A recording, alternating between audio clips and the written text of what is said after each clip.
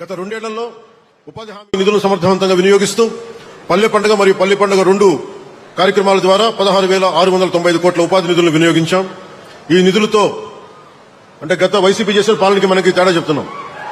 ఈ నిధులతో 7,000 కిలోమీటర్ల సీసీ రోడ్లు, 40,000 గోకులాలు, 15,500 పశువుల నీటి తొట్టెలు, 1,07,000 నీటి కుంటలు, అడవి తల్లి బాట కార్యక్రమం ద్వారా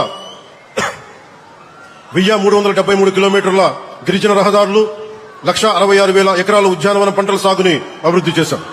అలాగే 55 కోట్ల 40 లక్షల పని దినాలు కల్పించి గ్రామీణ కుటుంబాలకు ఉపాధి భద్రత కల్పించగలిగాం. దీంతో పాటు స్వచ్ఛ రథాల ద్వారా స్వచ్ఛ గ్రామం, ఆరోగ్య గ్రామం లక్ష్య సాధన దిశగా గ్రామాల్లో పారిశుద్ధ్య సేవలను ప్రజలకు మరింత చేరువ చేసి పరిశుభ్రమైన వాతావరణాన్ని అందిస్తున్నాం. ఇప్పుడు 26-27 సంవత్సరంలో పల్లె పండుగ సాధించిన విజయాలను స్ఫూర్తిగా కొనసాగిస్తూ రైతులు పండించిన పంటలను, ముఖ్యంగా ఉద్యానవన పంటలను సకాలంలో మార్కెట్లకు చేరవేసి వారి ఆదాయాన్ని మరింత పెంపొందించే లక్ష్యంతో కూటమి ప్రభుత్వం ఎన్నడూ లేని విధంగా 10,000 కిలోమీటర్ల డొంక రోడ్లని నిర్మాణానికి శ్రీకారం చుట్టింది. అలాగే 1,00,000 ఎకరాల ఉద్యానవన పంటల సాగును అభివృద్ధి చేయాలని సంకల్పించాం. దీంతో పాటు 1,500 కిలోమీటర్ల సీసీ బీటీ రోడ్లు, 500 కిలోమీటర్ల మ్యాజిక్ డ్రైన్స్ నిర్మాణాన్ని పూర్తి చేయాలని లక్ష్యంగా పెట్టుకున్నాం. గ్రామీణ పాలనలో ఆంధ్రప్రదేశ్ ఇప్పటికే దేశానికి ఆదర్శంగా నిలిచింది. రాష్ట్రీయ గ్రామ స్వరాజ్ అభియాన్ కింద 24వ స్థానంలో ఉండేది ఒకప్పుడు వైసీపీ పాలనలో.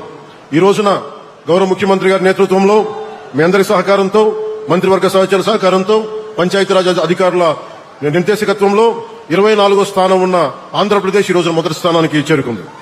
2025లో 5 జాతీయ పంచాయతీ అవార్డులు సాధించి దేశంలో 2వ స్థానంలో నిలిచాం. మన మ్యాజిక్ డ్రైన్లు జాతీయ స్థాయిలో గుర్తింపు పొందడం మనందరికీ గర్వకారణం. అభివృద్ధి అంటే కేవలం పనులు చేయడం కాదు, ఆ పనులు చేసే శ్రామికుల జీవితాల్లో భరోసా నింపడం కూడా ప్రభుత్వ బాధ్యత.